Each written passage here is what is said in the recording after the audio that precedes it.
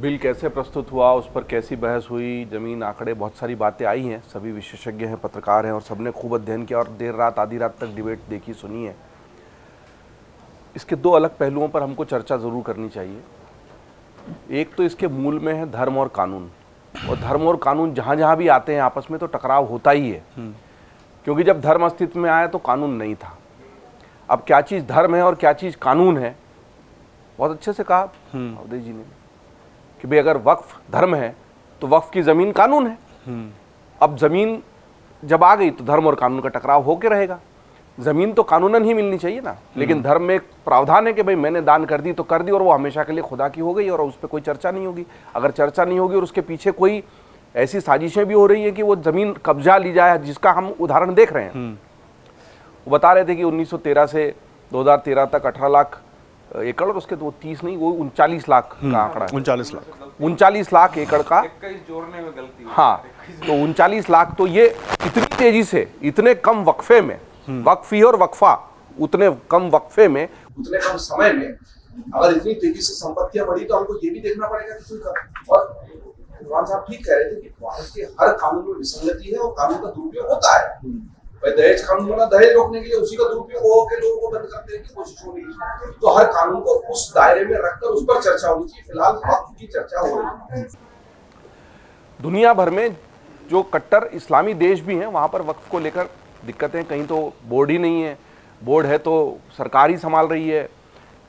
बहुत चंद देश हैं जहाँ पर कानून ने इस पर व्यवस्था हुई है, लेकिन भारत अगर दुनिया में अलग है तो वो इसलिए है कि अगर हम कह रहे हैं कि वक्फ बोर्ड में महिलाओं का प्रतिनिधित्व नहीं है तो होना चाहिए, उसमें केवल उच्च जाति के लोग या जो खुद वैसे ही प्रभावशाली और संपत्ति वाले हैं वही दिखाई दे रहे हैं, तो क्यों है?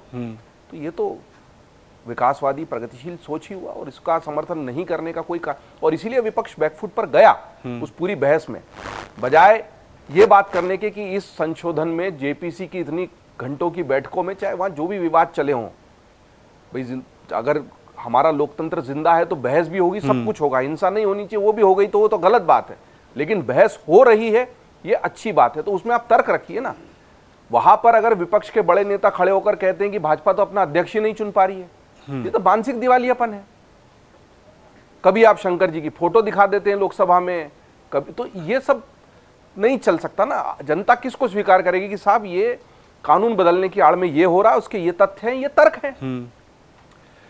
तो पहली बात थी धर्म और कानून की। दूसरी बड़ी बात, मुझे लगता है कि प्रधानमंत्री मोदी के नेतृत्व वाली इस एनडीए सरकार के लिए ये सबसे बड़ी अग्नि परीक्षा थी इस बार सत्ता में आने के बाद, क्योंकि 240 के आंकड़े को लेकर जिस तरह की शंकाएं जताई गई थी कि वो प्रचंड बहुमत वाली एनडीए की सरकार जिसने धारा 370 को हटा दिया, वो प्रचंड बहुमत वाली सरकार जिसने राम मंदिर बनवा दिया, वो प्रचंड बहुमत वाली सरकार जिसने 3 तलाक वाले में संशोधन कर दिया, वो सरकार 240 पर आने के बाद सहमी सी, डरी सी, थकी सी रहेगी और अपने एजेंडे से भटकेगी। उसने साबित किया कि नहीं भटकेगी। ये उसकी राजनीतिक कूटनीतिक जीत है, स्ट्रैटेजिक जीत है। और अगर वो टीडीपी और जेडीयू जैसे अपने सहयोगी दलों को इसके लिए साथ में ला पाई है, ये बहुत बड़ी जीत है। विपक्ष मुंह ताकता रह गया। सब ये मान के चल रहे थे कि हम दरार और गठबंधन की राजनीति में इस देश में यही होता रहा है ना कि चाहे कॉमन मिनिमम एजेंडा भी बन जाए, कुछ मुद्दे सेंसिटिव होते हैं कुछ पार्टियों के लिए जो गठबंधन में शामिल हैं, तो उन सेंसिटिव मुद्दों पर दो फाड़ हो जाएगी, टकराव हो जाएगा। भाई शिवसेना की वही दिक्कत हुई ना कि कट्टर हिंदुवाद पर चलने वाली शिवसेना जब कांग्रेस के साथ खड़ी हुई तो लोगों ने बोला ना, भाई तुम क्या कर रहे हो, तुम तो इटली वाली मैडम कहते थे इनको। उसके बावजूद अगर इस बिल को निकाल कर ले गई है सरकार तो उसकी ये बहुत बड़ी उपलब्धि है।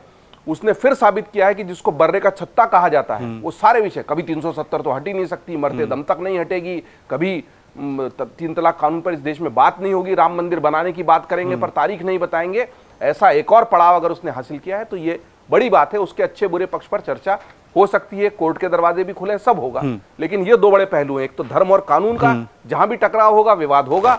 दूसरा, एनडीए सरकार ने अगर इसको राज्यसभा लोकसभा में आंकड़ों के दम पर पास करवाया है तो उसने बता दिया है कि 240 के बावजूद दम है, कर सकते हैं। अगर आप ये वीडियो YouTube पर देख रहे हैं तो हमारे चैनल को सब्सक्राइब कर बेल आइकन दबाएं, और Facebook पर देख रहे हैं तो हमारे पेज को लाइक करें।